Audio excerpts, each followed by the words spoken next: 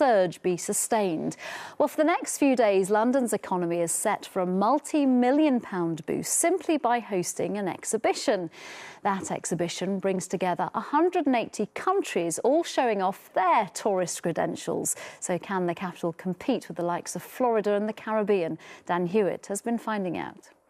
The Olympics is a unique moment for a host city to sell itself around the world.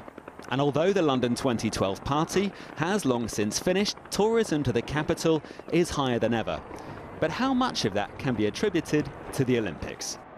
Well, post-Olympics, I'm really delighted to say that London tourism is absolutely booming.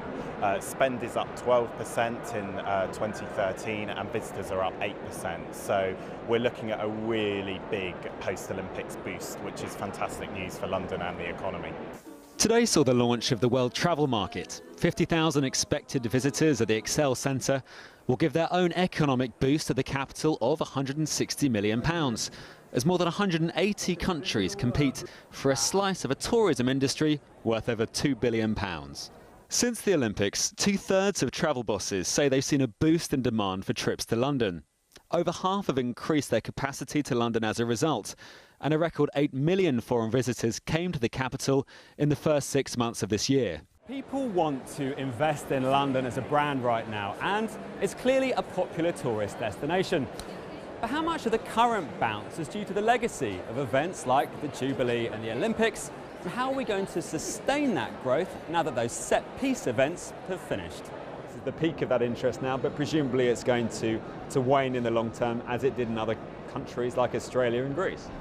Well, London seems to be bucking the trend on that at the moment, actually. The fact is that previous host cities have seen a reduction in travel and tourism.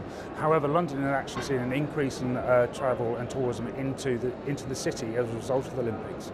What impact do you think the Olympics had on promoting London around the world as a centre that people want to come and visit? Well, London is a great place. It's one of the countries that is multicultural. Gives a lot of people opportunity. We know the weather can be, good or bad at times, but generally speaking, it's got great infrastructure. The Olympics made the job of promoting the capital around the world comparatively easy. The challenge for business leaders may come when Olympic memories begin to fade. Dan Hewitt, ITV News.